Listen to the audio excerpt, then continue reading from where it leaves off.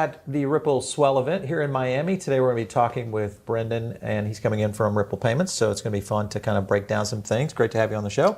Thanks for having me. Great to be here. So Brendan, let's talk about, first of all, I want to kind of frame it for the audience in terms of the size of cross-border payments.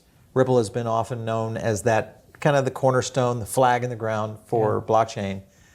What is that today?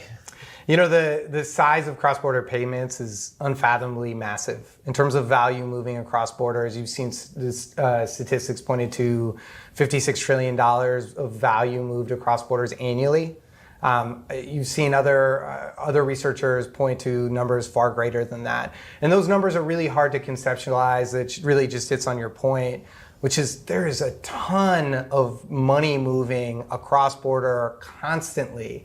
And so this is an area which is an obvious insertion point of really trying to make a difference. Pretty much the king of the hill when it comes to cross-border payments.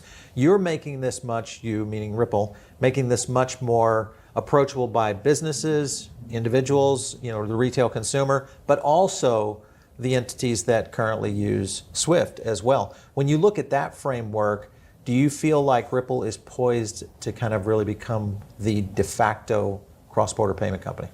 I certainly hope so. And if I didn't, I really wouldn't be here. Yeah. I have a strong belief in the value that we're providing to customers. And that's how I think we get to the answer to your question.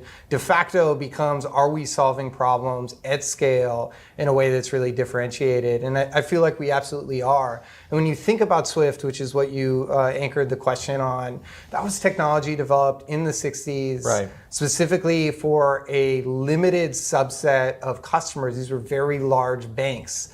When you think about who that was not developed for, is everyone else.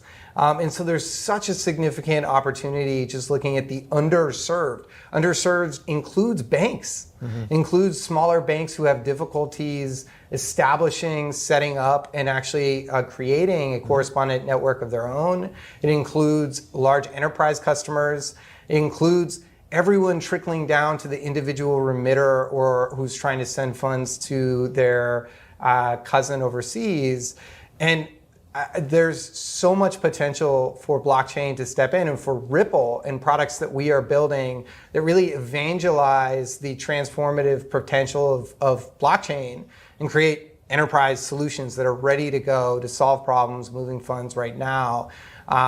And yes, in short, I have tons of belief and certainly share that same view of us being a leader in years to come. So RLUSD playing a big role in this. Yeah. We're going to see stablecoin, I think, development. Obviously, you look at what Circle is doing with USDC. Here in the United States, Tether being the behemoth that they are. And also the potential from a regulatory standpoint. A lot of opportunity here in the next possibly 12 months that we could see huge changes, which would really shift the business side of things, because there's a lot of companies that would immediately move to this if they had stablecoin access. Totally. Real time. How does this, the landscape as it is right now, play out with what you guys are doing, future plans? Yeah, and I think what you were getting at is looking to the future and seeing a lot of opportunity, and we share that same viewpoint. So regardless of what you look at, there's a lot of forecasts that project this market is growing and growing tremendously quickly. There are a lot of catalysts for that. You pointed to regulation or just institutional comfort more broadly. But regardless of that catalyst, this market is growing and there's a lot of opportunity. We view ourselves as having a place in really coming to market with a trusted and compliant fiat-backed US dollar stablecoin that's issued on the XRPL as well as the Ethereum ledger. And some of the opportunities that we're seeing more tangibly today are there's a lot of assets that are being tokenized and brought on chain.